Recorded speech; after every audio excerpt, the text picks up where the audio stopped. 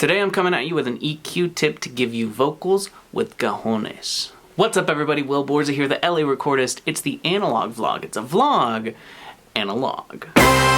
So check this out. Something I sort of figured out on my own early on, but then when I saw Andrew Scheps do the same thing, I was like, yes, I'm on the right track. So what you've heard a lot, I'm sure, is when you have a vocal, or a snare drum for that matter, this trick works with both, is you want to take a high-pass filter, aka a low-cut filter, and bring it all the way up to sort of the lowest frequency that the person is singing, or the fundamental frequency of the snare drum. While this frees up low-end real estate for things like basses and kick drums, it also takes away any amount of dynamic punch that your snare or vocal once had.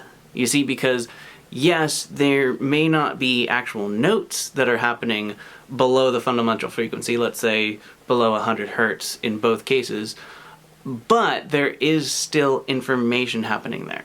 When a singer sings a P or a B, something harsh like that, they're actually moving wind towards the microphone and the capsule responds to that. And that's why we have pop filters, of course, because you don't want too much wind, but at the same time, when you cut out that low frequency range, you don't get any. Now that's the problem. So check this out. I'm gonna draw something for you. Here's your EQ curve right here, alright? So typically now, right, the way you've been doing it is you'd have your vocal, and your vocal is gonna live somewhere like, you know, fundamental frequencies around 200, and, you know, the shiny stuff up top.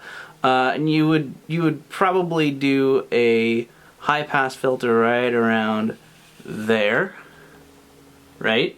And you might, maybe do a little bell curve right above that. And you might find the voice is a little tinny, so you take out 1K. And then just to boost up the top, maybe a shelf, nice shelf up here, just to get that extra shimmery. So that's probably a EQ curve that you may have done yourself before, roughly, right? This is wrong. You need to just get rid of this, and don't ever do that again, okay? Don't ever do that again, okay? So here's what I'm proposing you do. Check this out. First thing I want to do is I want to get a bell curve, and I'm going to put the bell curve about here, and it's going to be a very high Q, right? Look at this. See where I put that? Now this of course will be completely dependent on whether you're working with Barry White, very low voice, or if you're working with Britney Spears, very high voice. You know, you want to move this to be just below their lowest notes and stuff, right? Next thing, another bell curve directly above this, you see?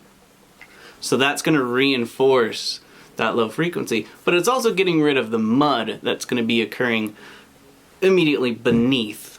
You know what I mean? Okay, so here's the kicker. Ready? Low shelf. Okay, look at this. Look at this, guys, seriously.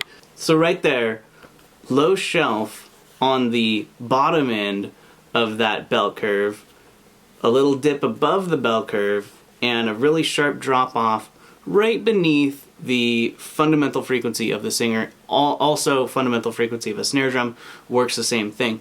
This right here is going to give you a lot of punch, and it's really going to make your lead vocals, your snare drums pop. Really just stand out on top of everything else. I've been using this trick for a while, and Andrew Scheps has been using this trick for a while, and Andrew Scheps knows a thing or two about mixing.